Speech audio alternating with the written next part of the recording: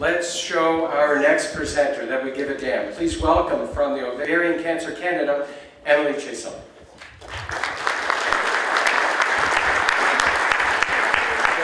So, first of all, I have so much gratitude for being given the opportunity to speak to all of you this evening. On top of possibly receiving donations from you, I can tell you that I never expected that I'd be sitting in a theater full of men talking about ovarian cancer. So, I am sure that many of you are unfamiliar with our organization, so I'll give you a little bit of a background.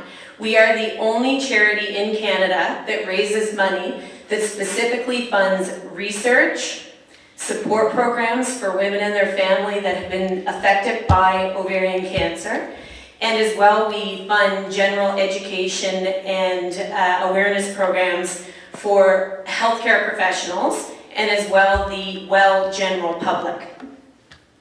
So to give you a little bit of an idea of the landscape, I said we are the only charity that does this. There is over 60 registered charities that raise money for breast cancer, and there's over 85,000 registered charities in Canada, 280 of them specific to cancer. And last year, we were named one of the top 100 charities in Canada by Charity Intelligence. And let me tell you, we are small, very small. I'm the only staff member in Atlantic Canada, and that's because our donor dollars go to where they're supposed to go. We have impeccable financials, and we do not receive any government funding. So now a bit about the cause. Ovarian cancer has been named the underfunded and underdiagnosed cancer. It is the most fatal female cancer.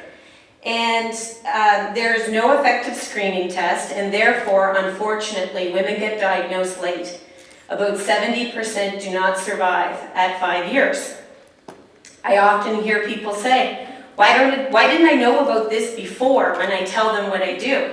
Well, the biggest social movements happen because people start them when they are impacted by something. As you've seen with breast cancer, there's great survivorship with that now. We need well men and women to spread the word and give a damn about this very deserving cause. So, how would we use your money? I currently do not have the funds to run a support program on a regular basis. My budget allows for one survivorship day a year. So, a diagnosis of ovarian cancer is a heavy pill to swallow. Beyond the many issues that go along with having cancer, there's no longer having the ability to have children. There's reoccurrence, sudden onset menopause, palliative care, intimacy issues, depression. Those are just to name a few. And currently, other than the one resource book which we produce, there are no other resources or support groups for those impacted by ovarian cancer.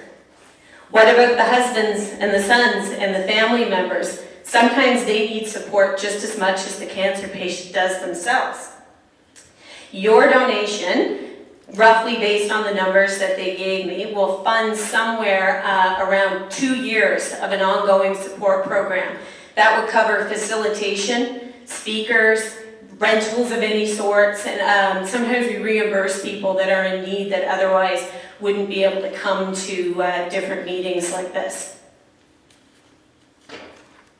So here's a quote from Colin Campbell, a local Halifax man who lost his wife to ovarian cancer. He said, "My 55-year-old wife was a medical doctor. She took care of her health. She knew her own body. She was diagnosed with ovarian cancer in April, and she died in June. She did not know this cancer was growing in her until it was too late. I was devastated, as was her son, her daughter, her parents, and siblings. I felt very alone, and through the people I've met at Ovarian Cancer Canada, who have helped me get through this and meet people with similar experiences, I believe that everyone deserves the benefit of a strong support system.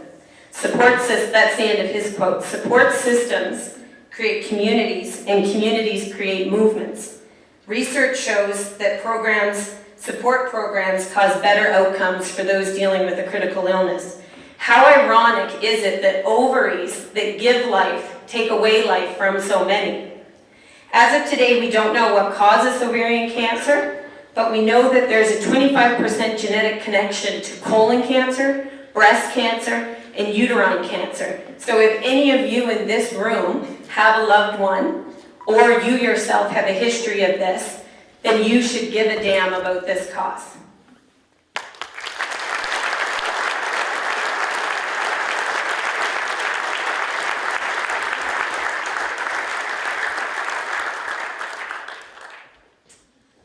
Are we going to let our next presenter know that we give